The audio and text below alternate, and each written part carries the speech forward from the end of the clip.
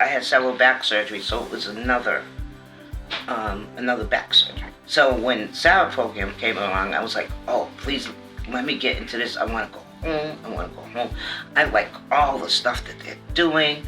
This is great. I got the nurses, doctors, PT, OT, medicine. I mean, this is gonna be great. I called the kids. I said, Jeremiah, mommy's coming home. I said, I'm just so excited. I've been here too long. You guys beat me to the house by an hour. Every day it got better.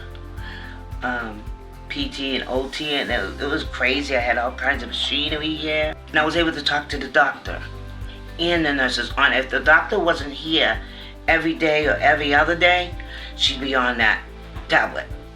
So if she was here once a week, if she really was going to be here 3-4 times, she was right there.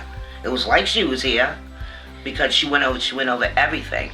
Every medicine, how I was feeling, like a physical on the phone. Being able to do it right in the home, like I say, it was just so much easier,